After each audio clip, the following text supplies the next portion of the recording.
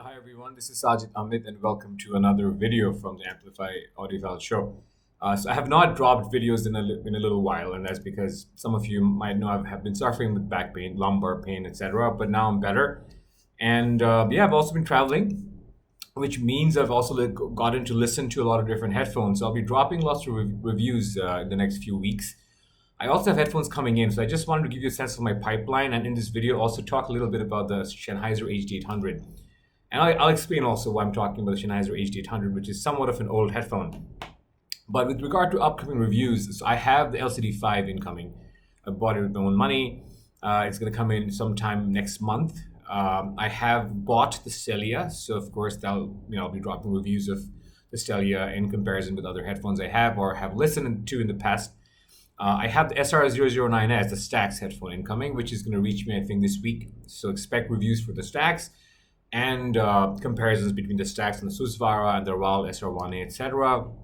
So yeah, that's about it. So lots of reviews coming up, and I also have the HD800S coming in, which I think is a phenomenal headphone. But now to talk about this little gem.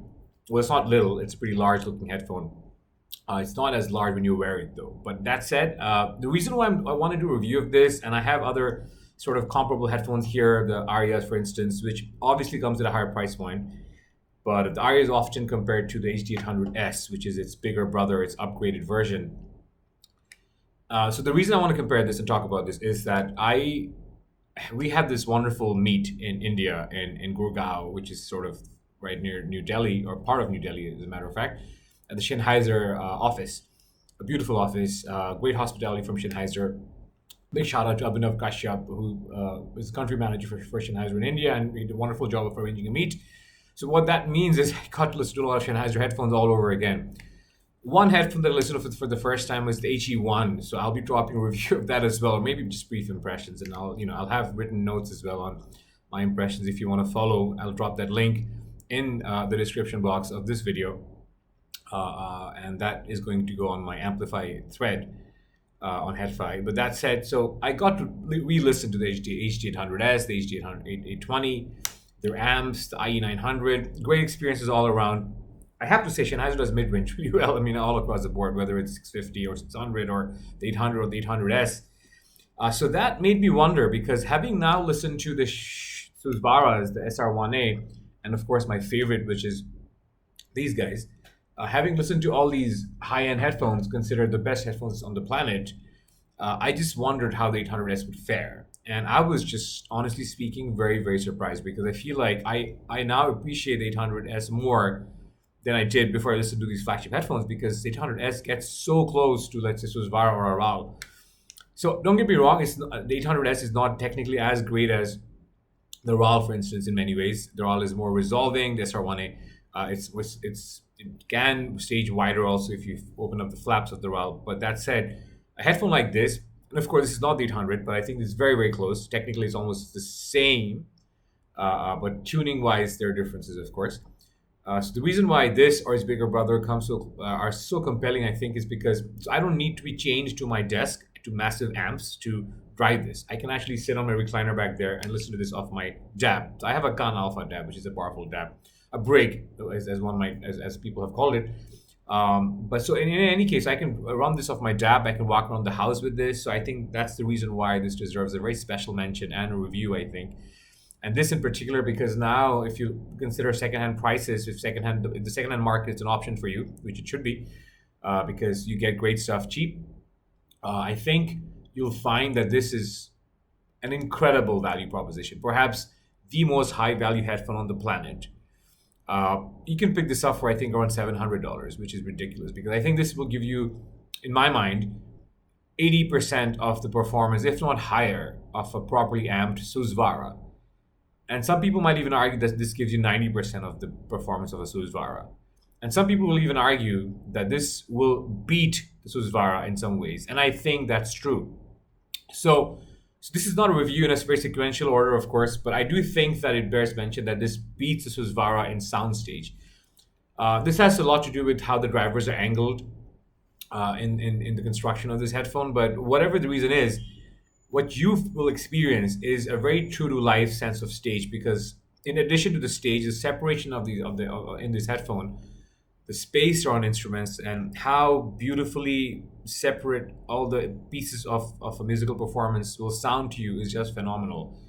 And coupled with how lightweight this is, I think this will gives me a more transparent performance in some ways than I think even the RAL does. And I'll tell you why. Because with the RAL, I always feel like I'm wearing something, right? Because the strap is on my head, and the sort of the drivers are not very conventionally constructed. So you know you're wearing the RAL. You can't necessarily headbang with the RAL, if you know what I mean. But with this, I mean, headbanging aside, of course you can headbang with this, although this is not a very clampy headphone. It's just very transparent. And I always feel like, even when last night I was ABing with the Arya, which is often compared to its bigger brother, the 800S, I prefer this headphone. And I'll summarize this first, and then maybe I'll get into a bit of a breakdown with regard to tonality and technical performance. With the Arya, I feel, because of its tonality, that I'm listening to the Arya. It's not as true to life as the 800 is. And everything I'm saying here applies to the 800S, unless I point out differences. So let's say, for instance, last night, when I was listening to these headphones, they both stage really well, and in some cases the Arya has a deeper stage than this does.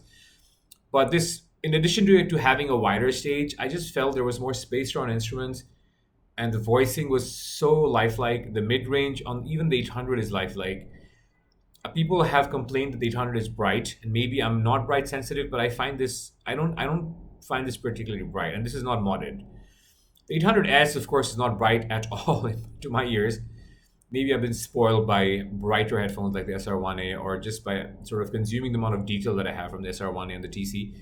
And maybe the amount of detail that this reveals can come off as bright to some people when they first hear it. But I think once you experience more detailed headphones like the TC or the SR1A, for whatever reason, this doesn't sound as bright to me now.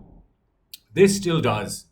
I wouldn't say the Arya is bright, but there's definitely more low to mid treble energy on the Arya than on the HD800.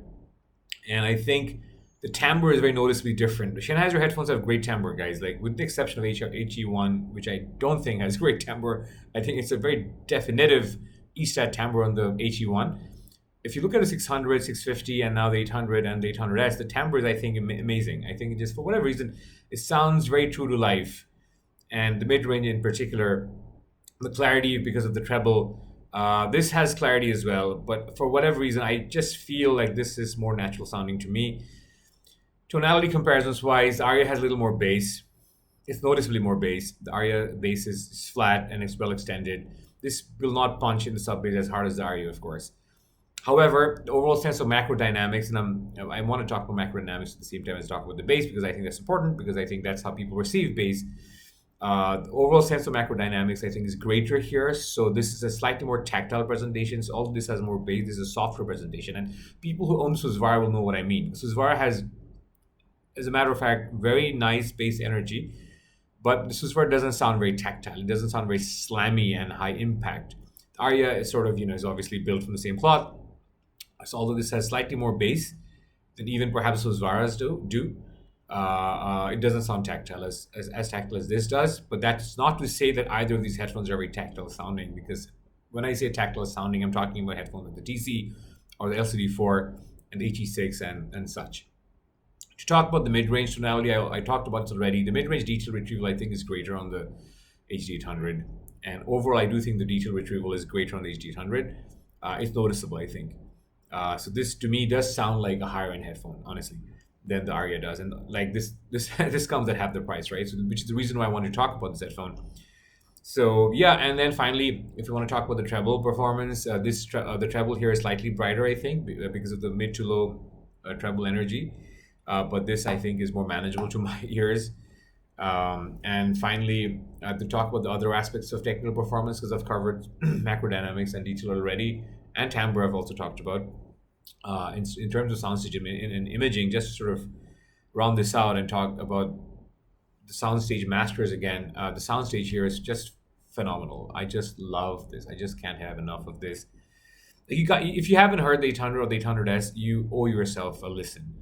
You might be bright sensitive or treble sensitive, and you might not like it if you are particularly bright sensitive and treble sensitive, in which case you might even find the 800S bright, but I honestly don't at all.